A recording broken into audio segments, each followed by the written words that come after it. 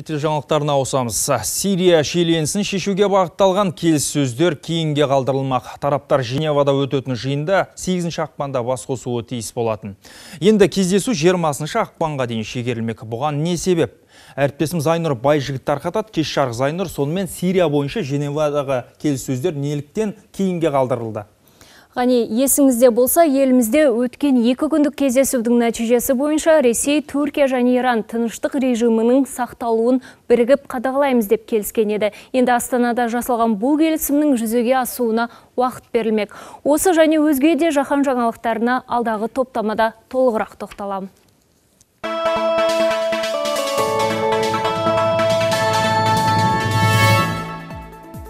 Астана процесі нәтижелі болды. Бұл жайда Біріккен ұлттар ұйымының Сирия бойынша арнайы өкілі Стаффан де Мистура мәлімдеді. Әсіресе жиынға алғаш рет қарулы оппозиция күштерінің қатысқанын, тыныштық режимін сақтайтын тетіктердің пайда болғанын атады. Енді осы келісімнің орындалу барысы 6 ақпанда Астанада Біріккен ұлттар ұйымының өкілдерінің қатысуымен өтетін кездесуде талқылануы тиіс.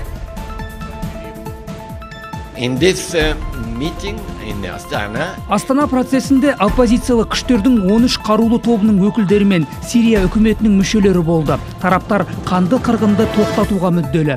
Ал оқ атпау режимін сақталуына Араб Республикасында жаяу әскері бар 3 ел – Ресей, Түркия, Иран кепіл болады. Сонымен қатар Сирия бойынша Женевадағы келіссөздер 20 ақпанда өтетіні белгілі болды. Осы аралықта оппозициялық күштер делегация құра алмаса, Стаффан де Мистура кездесуге қатысатындарды өзі іріктемек екен.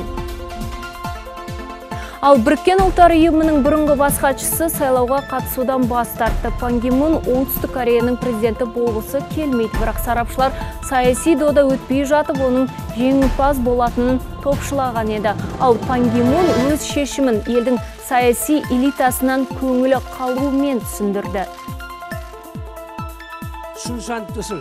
Мен Оңтүстік Кореяның саясатын өзгертіп, елді біріктіруге бағытталған ниетімнен бас тартамын. Көп адамды үміттендіргенім үшін кешірім сұраймын.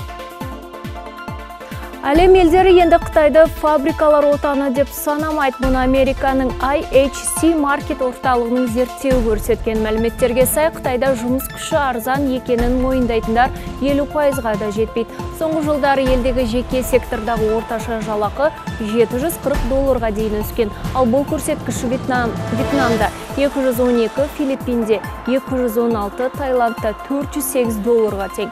Сондықтан ақш пен Европа елдерінің компаниялары Қытайдан біртіндеп кетіп жатыр екен. Зайнұр, онда көршілес елден кеткен компанияларды Қазақстан нарығына тарту мүмкіндігі туды ғой сонда?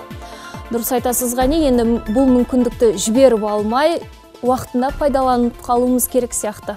Зайнұр, қызықты ақпарларыңа рахмет, ал біз хабарымызды жалғастырамыз.